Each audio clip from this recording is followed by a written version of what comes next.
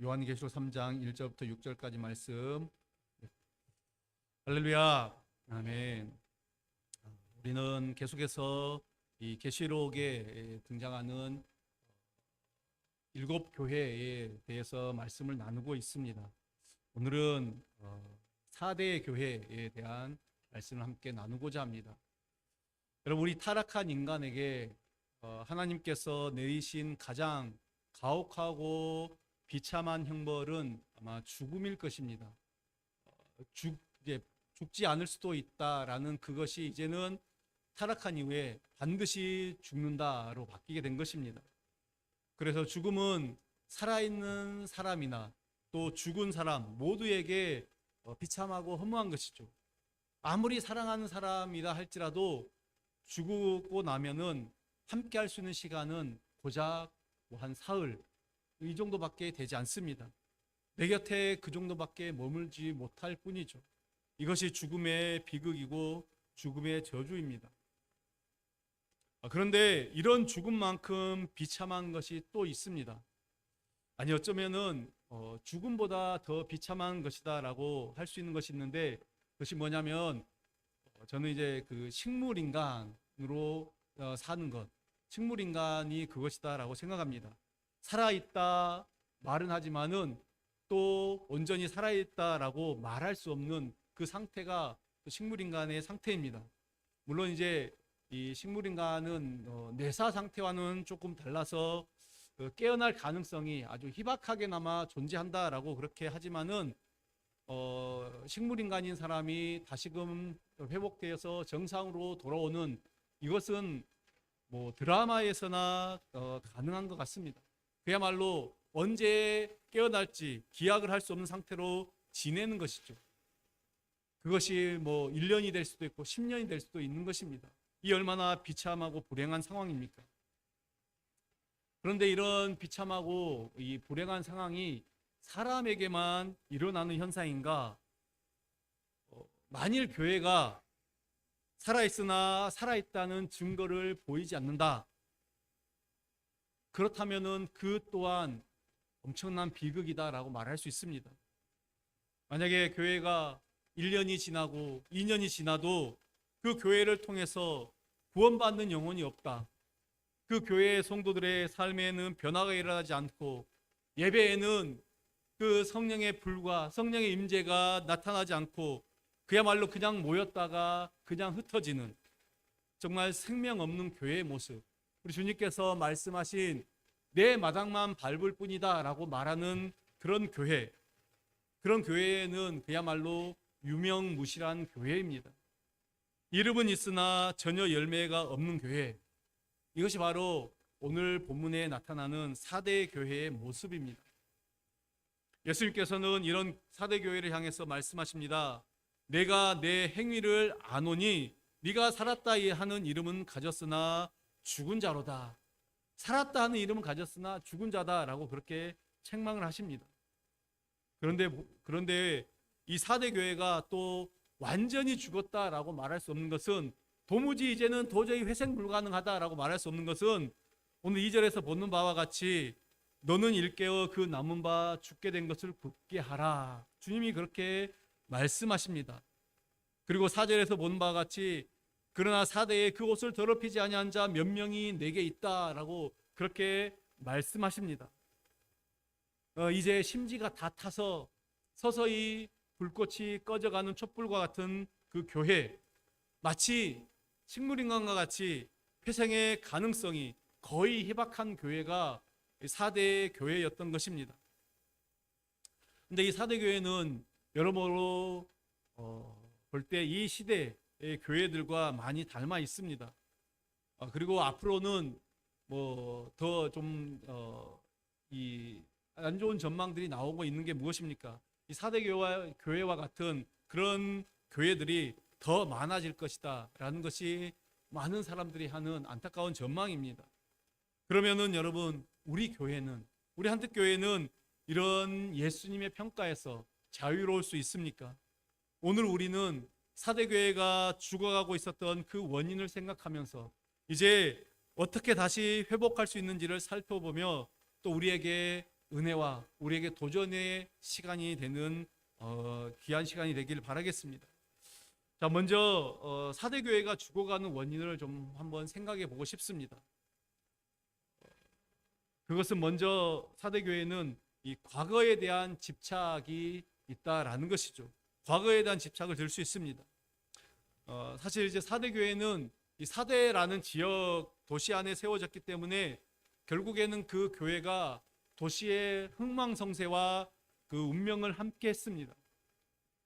쉽게 말하면 그 도시가 죽어가니까 그 교회 안에, 그 도시 안에 있었던 그 교회도 함께 죽어갔던 것입니다. 그런데 생각해 보면은 도시가 죽어간다고 교회가 함께 죽어가야 될 필요는 없다라는 것이죠. 반대로 그 도시는 죽어가더라도 그 교회는 생명력이 넘쳐서 그 도시 안에 새로운 생명을 공급했더라면, 영적인 그 에너지를 가지고, 그 생명을 가지고 그 도시를 위해서 헌신했다라고 하면은 어쩌면 그 도시는 달라졌을 수도 있습니다. 그러나 죽어가는 도시 안에서 그 교회가 함께 죽어갔다라는 것은 결국에는 그 세상적인 영향, 교회가 그만큼 환경의 영향력을 받았다라는 것이고, 그만큼 교회 안에 세속화가 일어났다라는 것입니다. 그럼 이 부분에서 한번 우리 교회를 한번 돌아보기를 원합니다. 우리 교회, 우리의 모습은 어떻습니까? 정말 우리가 이 하나님께서 우리를 이 지역 안에, 이 흥향동에, 이 광주 지역에 하나님께서 우리를 심겨두신 이유가 있습니다. 그러나 이 지역에 우리가 아는 바와 같이 환경적인 부분들, 상황적인 부분들은 좋지 않습니다. 그럼에도 불구하고 우리는 이 도시와 함께 또 우리도 그렇게 쇠퇴해 가는 것이 아니라 하나님께서 주신 사명을 감당할 때 오히려 우리로 하여금, 우리를 통해서 이 도시가 새롭게 변화될 줄 믿습니다. 그 사명을 하나님께서는 우리에게 허락하여 주셨습니다. 이 사대라는 도시는 한때는 찬란한 영광을 가졌던 도시입니다. 주전 6세기에는 미디아 왕국의 수도였습니다. 한 왕국의 수도였죠. 그리고 이 지역에는 이 5개의 무역로가 지나는 상업의 요충지였습니다. 최고의 어떤 상업 도시를 자랑했습니다. 지형적으로도 보면 이 사대라는 곳은 해발 250m의 고지대에 있었습니다. 그리고 앞으로는 이 도시 앞에는 강이 흐르고 있었고, 뒤쪽에는 산을 끼고 있어서 그야말로 적군이 쉽게 침략할 수 없는 난공불락, 천연 난공불락 요새였습니다. 그래서 이곳은 수천 년간 여러 제국들이 이곳을 수도로 삼았을 정도로 그 수도 역할을 했던 곳입니다. 이러한 찬란한 영광을 자랑했던 이 사대가 이제 시간이 지나면서 바사 때 이 고레스 왕에게, 우리 성경에 나오는 그 고레스 그 왕에게 점령을 당하고, 또 그 이후에 시간이 지나면서 이제 헬라의 알렉산더 그 왕에게 통치를 받고, 그러감에 그 이후에 로마의 속주가 되는 그런 불행을 겪었습니다. 그리고 이제 추후 17년경에 이 도시 안에 일어난 큰 대지진으로 말미암아 그 후에는 이제 도시가 거의 황폐화되었다라고 말하고 있습니다. 다시 한번 그 이후에 이제 로마의 황제들이 이 도시를 재건을 하려고 노력을 했지만은 결국에 이 도시는 옛 명성에는 미치지 못하고 서서히 죽어가는 도시였습니다. 그래서 이 요한 이 초대교회 이 시대는 이 도시가 이제는 거의 죽어가는 그런 도시가 된 것입니다. 오늘날 그 사대에 남겨져 있고, 또 이 고고학적인 그 발굴을 통해서 발굴해낸 흔적들을 보면은 이 사대라는 곳이 과거에 얼마나 큰 영광, 그 찬란한 영광을 자랑했는지를 알 수 있다라고 그렇게 합니다. 그러나 현재 이곳은 이 과거의 유적과 유물조차도 거의 사라져버리고, 이제는 그 한 사르트라는 이름을 가진 한 작은 마을로 변해 있다라고 합니다. 그렇다면 이 도시가 이렇게 변해버린 이유가 무엇입니까? 그들은 과거에만 집착하며 과거 속에서만 살았다라는 것이죠. 자신들의 과거에 얼마나 찬란한 영광을 누렸는지 그것들을 자랑을 하지만은 그들은 현재에 대한 감격과 미래에 대한 계획이 없었다라는 것입니다. 사실 그렇죠. 과거를 자랑하는 사람은 별 볼 일 없는 사람들입니다. 이런 사람들은 특징이 지금 자신의 문제가 무엇인지는 잘 생각하려 하지 않습니다. 그러면서 한때 잘 나갔던 그 시절, 한때 좋았던 그 시절만 생각하고 다시 돌아오지 않을 그 과거의 영광 속에 사로잡혀서 내가 한때는 이랬다, 내가 한때는 이런 삶을 살았다, 다시금 그 어떤 것들이 돌아올 줄 생각하면서 현재 자신의 문제를 직시하지 못하는 경우가 대부분입니다. 이것은 사람뿐만이 아닙니다. 교회도 마찬가지입니다. 우리나라도 뭐 수십 년 혹은 또 100년 이상의 역사와 전통을 자랑하는 교회들이 있습니다. 그런데 그 교회들이 자신들의 그 역사와 전통은 자랑하지만 많은 경우 죽어 있는 교회들이 많다라는 것이죠. 그런데 그 역사와 전통을 자랑하는 교회들이 죽어가는 그 방식이 대부분 다 비슷하다라는 것입니다. 그들은 항상 과거에만 머물러 있습니다. 내가 한때는 그런 것들을 이야기할 뿐 현재는 아무것도 하지 않는다는 것이죠. 과거의 메인 인생, 과거의 메인 교회는 더 이상 앞으로 나아가지 않습니다. 나아갈 수 없다라는 것이죠. 사대교회가 죽어가는 두 번째 원인은 이제 그런 과거에 대한 집착에서 이제는 현재에 대한 만족입니다. 현재에 대한 만족 때문에 그들은 서서히 죽어가고 있는 것입니다. 오늘 주님께서 사대교회를 향해 네가 살았다 하는 이름은 가졌으나 죽은 자로다 라고 말씀하십니다. 이름만 가지고 있는 교회, 교회의 당이라는 간판만 걸고 있다라는 것이죠. 아마 우리 많은 신앙인들 가운데, 우리 성도들 가운데도 영적인 생명은 없이 이름만 교인, 이름뿐인 교인들이 있다라는 것입니다. 아마 사대교회는 그런 자들이 많았던 것 같습니다. 그러면서 주님은 이렇게 말씀하십니다. 내 앞에서 내 행위 외에 온전한 것을 찾지 못하였다. 이렇게 지금 책망하고 있습니다. 여기서 말하는 온전함이란 말은 속을 채울 수 있는 것, 속을 채울 수 있는 것이 없다라는 것입니다. 그러니까 다시 말하면은 속빈 강정과 같다. 알맹이가 없는 껍데기만 남아있는 그런 신앙입니다. 형식은 유지하고 있죠. 형식은 유지하고 있습니다. 매 주일 이 예배도 드리고 헌금도 하고 기도도 하고 선교도 하고 구제도 하고 봉사도 합니다. 교회적인 모든 것들을 외적인 것들은 하지만은 그러나 깊이 들여다보면은 그 안에 생명이 없이 하는 것입니다. 그냥 시간이 되니까, 그냥 때가 되니까, 그냥 나에게 주어진 일이니까 그렇게 감당을 할 뿐입니다. 이런 모습을 보면서 주님께서는 내 행위에 온전한 것을 찾을 수 없다. 그들이 행위를 하고 있습니다. 그들이 하나님을 위해서 뭔가를 한다라고 하지만은 그 모든 행위들이 온전하지가 않은, 정말 속은 없고 알맹이는 없고 껍질만 남아 있는 것이다라는 것입니다. 우리가 이 복음서를 보다 보면은 예수님이 가장 분노한 부분들이 바로 이런 부분들입니다. 예수님께 자주 책망을 드렸던 우리 바리새인들이나 한번 서기관과 같은 그 사람들을 보면은 그들은 얼마나 겉으로 화려하고 사람들의 존경을 받고 또 금식과 또 기도와 이런 여러 가지 종교 의식들을 행했는지 모릅니다. 그들은 외적인 요소들에서 정말 흠잡을 데 없는 사람들이었습니다. 그런데 그들 속에는 생명이 없었습니다. 주님은 그들 안에 생명이 없는 것을 보시고 그래서 그들을 뭐라고 말씀하십니까? 그들을 향해 회칠한 무덤과 같다. 정말 신랄하게 비판하셨던 것입니다.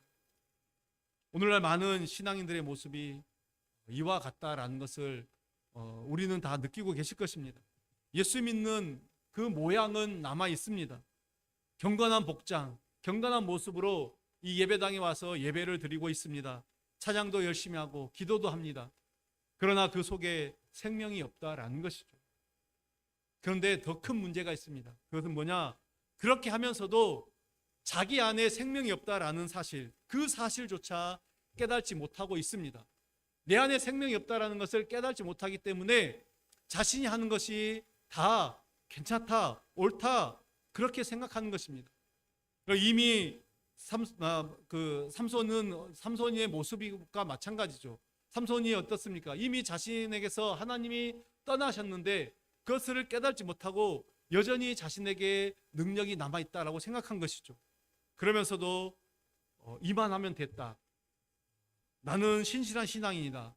착각으로 살고 있는 신앙의 모습. 그것이 바로 오늘 4대 교회의 비극이었던 것입니다. 세 번째로 4대 교회가 죽어가는 원인, 그것은 이제는 현재, 과거, 미래의 비전을 상실해버린 것이죠.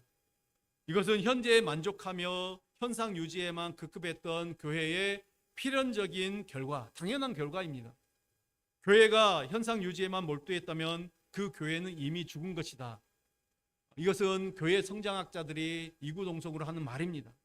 교회가 그냥 만족하고 현상 유지만을 위해서 노력하면은 그것은 현상을 유지하는 것이 아니라 오히려 도태되고 있고 죽어 있다라는 것입니다. 우리의 신앙도 마찬가지죠. 우리의 신앙이 내 신앙 이대로가 좋사오니 하면서 우리가 성장과 성숙을 위한 그 노력을 멈춘다면 그 신앙은 결국 죽은 것이다, 이 말입니다. 오늘 이 사대교회의 모습을 보면 소수의 인원을 제외한 대부분의 성도들에게서 이런 모습이, 이런 현상이 나타났던 것입니다. 사대교회는 우리가 앞서서 살폈던 예배소나 서머나나 두아디라나 빌라델비아 이런 교회들처럼 어떤 외부의 도전이나 혹은 이제 이단에 대한 어떤 공격이 없던 교회였습니다. 이단들의 어떤 침투도 없었고 또 외부에 대한 어떤 박해도 없는 그 교회였습니다. 그러니까 사대교회는 신앙생활에 아무런 제약이 없고 아무런 문제가 없는 교회였습니다. 그런데 신앙의 어려움이 없이 편안하게 지내다 보니까 어떻게 되는가? 결국 그 교회가 죽어가는 요인이 되었다라는 것이죠. 너무 편안한 나머지, 너무 좋은 나머지 그들은 더 이상 뭔가를 하려고 하지 않았던 것이죠. 그렇기 때문에 어느새 그들에는 서서히 자신도 모르게 죽어가고 있었던 것입니다. 여러분, 그래서 우리에게 꼭 편안한 것만이 무조건 좋은 것은 아닙니다. 평안한 순간에 매너리즘이 찾아오고 유혹에 빠지는 경우가 얼마나 많습니까? 여러분, 다윗이 언제 넘어졌습니까?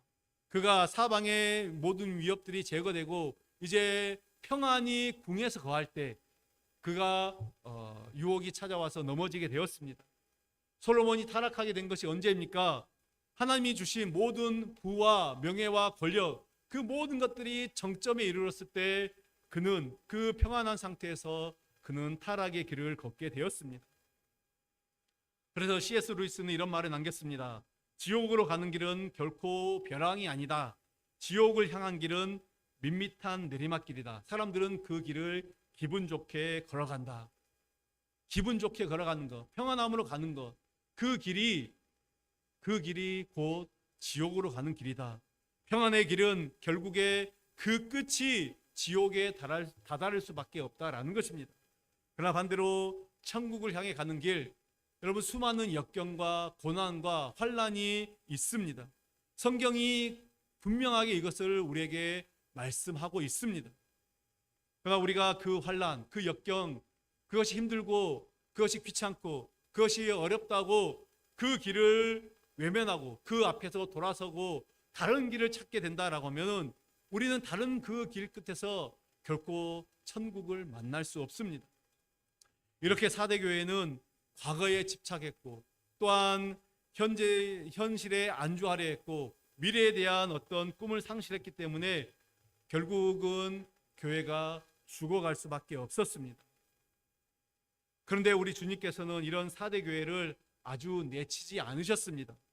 어쩌면은 그들에게 남아있는 것이 있기 때문에 오늘 말씀에서 보는 것과 같이 그 옷을 더럽히지 않는 그 신실한 자들이 있었기 때문에 주님은 그들에게 다시금 회복의 기회를 주신 것입니다.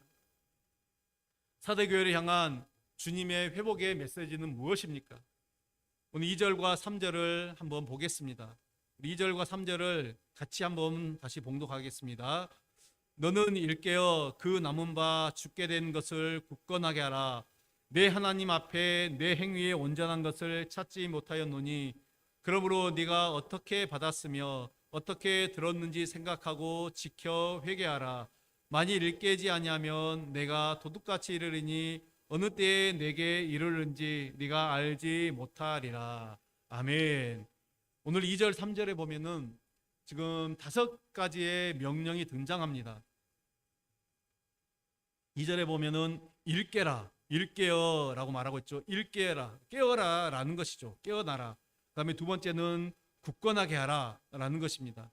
또 세 번째 보면은 생각하라. 3절에 보면 생각하고 라고 있죠. 생각하라, 그 다음에 지켜라, 그 다음에 회개하라. 이 총 5가지입니다. 깨어라, 굳게 하라, 생각하라, 지키라, 회개하라. 첫 번째 깨어라입니다. 이것은 자다가 일어나라 라는 것입니다. 영어로 wake up이라고 말하죠. 다시 말하면 영적인 각성을 말하는 것입니다. 쉽게 말하면 정신 차려라, 한마디로 정신 차려라 라는 것이죠. 죽게 되었다고 포기하거나 좌절하지 말고, 너무 늦었다고 체념하지 말고 정신을 바짝 차려서 다시 믿음을 회복하라. 주님이 주신 명령입니다. 여러분, 저는 이 주님의 명령이 오늘 저에게, 오늘 우리에게 주시는 명령인 줄 믿습니다. 우리 안에 이 영적인 각성이 일어나면은 얼마든지 다시 살아날 수가 있고 회복될 수가 있습니다. 우리가 사실 신앙의 연수가 오래되면 오래될수록 형식주의에 빠지기 쉽고 매너리즘에 빠지기 쉽습니다. 모든 것을 다 안다, 이제는 더 이상 내가 배울 것이 없다, 이런 어떤 생각들이 우리 안에 있습니다. 그러나 영적으로 각성하면은 살아있는 신앙을 회복할 수 있다라는 것입니다. 혹시 우리 중에도 자신도 모르게 영적인 잠이 들어있다라고 하면, 그 신앙이 있다면 다시금 깨어서 각성하는 주님의 백성들 되시길 예수님의 이름으로 축원합니다. 오늘 두 번째는 주님께서 말씀하십니다. 굳건하게 하라, 이렇게 말씀하십니다. 주님은 죽게 된 것을 굳건하게 하라. 이것은 무엇입니까? 아직 남아있는 것. 오늘 보면 그 남은 바 죽게 된 것을 굳건하게 하라. 아직 남아있는 것을 굳건하게 하라는 것입니다. 여기서 남아있는 것이란 무엇입니까? 이제 꺼질락 말라가는 어떤 그런 것들이죠. 믿음과 소망과 사랑과 같은 그런 것들, 다 식어버린 주님에 대한 사랑, 메말라가는 헌신, 사라져버린 열정들, 정말로 붙들어야 될 가치가 있는 그것들을 다시금 견고하게 하라라는 말씀입니다. 여러분, 이것은 영적인 성숙을 의미합니다. 깨어있다라고 해서 다 되는 것이 아니라, 깨어있으면 이제는 영적으로 자라가라, 영적 성숙을 위해 노력이 필요하다라는 것입니다. 오늘 주님께서 말씀하신 세 번째는 생각하라입니다. 오늘 3절을 보면은 네가 어떻게 받았으며 어떻게 들었는지 생각하라. 이것은 무엇입니까? 다시금 영적인 그 순수성을 회복하라입니다.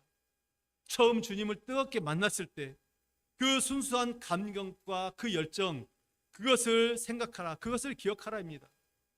여러분, 예수님을 처음 만났을 때 그 정말 그 뜨거운 감격, 성령을 뜨겁게 체험했을 때 그 놀라운 감격, 이런 것들이 이제는 아련한 추억으로 기억에 가물가물 남아있다면 다시금 첫사랑을 회복하고 다시금 그 첫사랑을 고백했던 그 자리를 기억하고 회복해야 될 것입니다.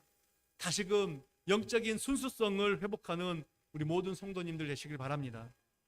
계속해서 네 번째는 지키라입니다. 이것은 영적인 경각심을 말하는 것이죠.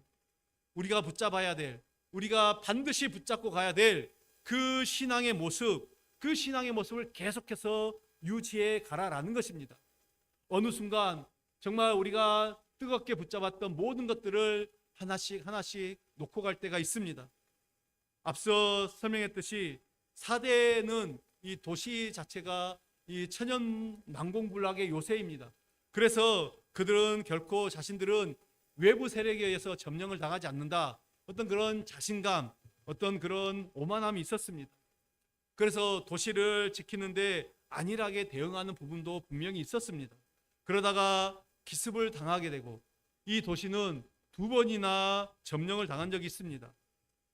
아까 말씀드렸듯이 이 페르시아 바사의 고레스 왕에게 한 번 점령을 당하고 또 다시금 회복되었다가 나중에 또 시리아의 안티오커스 에피파네스에게 또 다시 점령을 당하는 그런 어떤 비참한 상황을 맞이했습니다.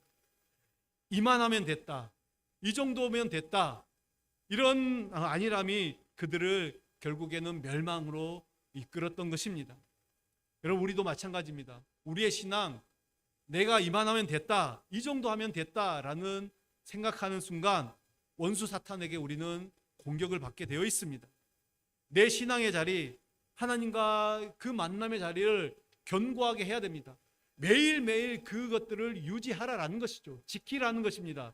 가장 정점에서, 신앙의 가장 정점에 있었던 뜨거웠던 그것들을 꺼트리지 말고, 그 신앙의 불을 꺼트리지 말고 계속해서 지키라라는 것입니다. 이것이 바로 주님께서 주신 명령입니다. 여러분, 이 명령을 지키는 우리 모든 성도님들 되시길 바랍니다. 마지막 5번째는 무엇입니까? 회개하라입니다. 회개하라. 여러분, 우리가 회개하라라는 것은 너무나 잘 압니다. 이것을 오늘 이 말씀에서 보면은 이제 앞서서 살폈던 이 4가지, 무엇입니까? 깨어있는 자리, 굳게 하는 자리, 생각하는 자리, 지킴의 자리, 그 자리로 돌아가라. 회개는 무엇입니까? 돌이키는 것이잖아요. 잘못된 것에서 돌이키는 것이 회개입니다. 그러면 돌이키라라는, 회개하라라는 것은 결국에는 그 자리로 가라라는 것입니다. 그야말로 다시 한번 그 영적인 각성의 자리, 영적인 성숙의 자리, 영적인 순수성의 자리, 영적인 경각심의 자리, 그 자리로 돌아가라. 그것들이 일어나는 것입니다. 이것을 주님께서는 우리에게 다시금 말씀하고 계십니다. 오늘 이 말씀이 4대 교회에만 주신 말씀입니까? 오늘 이 말씀은 우리에게, 나에게 주신 말씀임을 믿음으로 받으시길 바랍니다. 이렇게 죽어가던 자리에 있던 우리가 이 교회가 경고의 말씀, 회복의 말씀을 듣고 다시금 회복될 때 주님께서 주시는 약속이 있습니다. 그 놀라운 약속이 있습니다. 우리 5절의 말씀을 같이 한번 봉독하겠습니다. 시작. 이기는 자는 이와 같이 흰 옷을 입을 것이요 내가 그 이름을 생명책에서 결코 지우지 아니하고 그 이름을 내 아버지 앞과 그의 천사들 앞에서 시인하리라. 아멘. 오늘 이 5절에 보면은 주님께서 주시는 2가지 약속이 있습니다. 하나는 이기는 자는 흰 옷을 입는다라는 것이고, 또 다른 하나는 생명책에서 지워지지 않을 것이다. 이 약속입니다. 주님은 이 세상에 우리가 살아가는 동안에 신앙적으로 승리하는 자들, 그 자들에게 흰 옷을 입혀 주십니다. 보이십니까? 흰 옷을, 우리가 영의 눈을 떠서 우리가 입고 있는 흰 세마포, 주님이 우리에게 걸쳐주신 그 옷을 바라보기를 원합니다. 여러분, 이 흰 옷이 상징하는 게 무엇입니까? 깨끗하고 순결하고 성결한, 거룩한 것을 상징하는 것이죠. 그래서 주님이 쓰시기에 합당한 것으로 사용한다라는 것입니다. 이 땅에 사는 동안 믿음으로 정말 신앙으로 승리한 자들, 우리 모두에게 주님께서는 이 의의 옷, 이 거룩한 옷을 입혀주십니다. 그리하여서 주님께서는 이 옷을 입은 자들을 사용하신다라는 거죠. 우리가 디모데후서 2장에 보면은 큰 집에는 금그릇, 은그릇, 또 질그릇, 나무그릇, 여러 가지 그릇들이 있는데 주인이 사용하는 그릇은 어떤 그릇입니까? 좋은 그릇이 아니라 깨끗한 그릇이죠. 그것처럼 우리가 날마다 이기고 승리하여 이 흰 옷을 더럽히지 않고 이 깨끗한 흰 옷을 입을 때 주님이 쓰시기에 합당한 존재가 된다라는 것입니다. 우리는 모두 다 이 흰 옷을 입고 우리 주님이 쓰시기에 합당한 거룩한 주님의 신부가 되시기를 축원합니다. 이기는 자에게 주시는 주님의 2번째 약속이 무엇입니까? 그 이름을 생명책에서 결코 지우지 않겠다라는 것입니다. 여러분, 이것은 생명책에서 이름을 지울 수도 있다라는 그 경고로 주신 말씀이 아닙니다. 물론 하나님은 그렇게 하실 수 있죠. 그러나 이 말씀은 승리하는 사람의 그 이름을 주께서 아시고 인정해 주시겠다라는 그 말씀입니다. 오늘 주님께서는 그 승리하는 자를 아버지 앞과 천사들 앞에서 그 이름을 시인하겠다. 주님께서는 우리의 이름을 아십니다. 아니, 이름을 아실 뿐만 아니라 우리의 모든 머리털까지도 세신 바 된다. 주님께서는 그렇게 말씀하시죠. 우리 인간들은 얼마나 자신의 이름을 내기 위해서 애쓰고 노력하는지 모릅니다. 그 이름 석자를 남기기 위해서 얼마나 부단히 노력하고 애쓰는지 모릅니다. 그렇죠. 사실은 누가 안다라는 것은 너무나도 기분 좋은 일입니다. 누가 나를 알아준다는 것, 그것은 참 좋은 일입니다. 그런데 이것은 잠시입니다. 남들이 알아주는 이름들을 결국에 시간이 지나고 세월이 지나고 나면은 다 잊혀지게 되어 있습니다. 그러나 우리가 주님 앞에 서는 그날, 내가 비록 세상에서는 아무런 이름도 없이 무명의 그런 모습으로 살았다 할지라도 영원하신 아버지 하나님께서 수만 수천의 그 천사들 앞에서 내가 너를 안다, 내가 내 이름을 안다, 그렇게 말씀해 주신 것, 여러분 그 영광, 이 영광이 무엇과도 비교할 수 없습니다.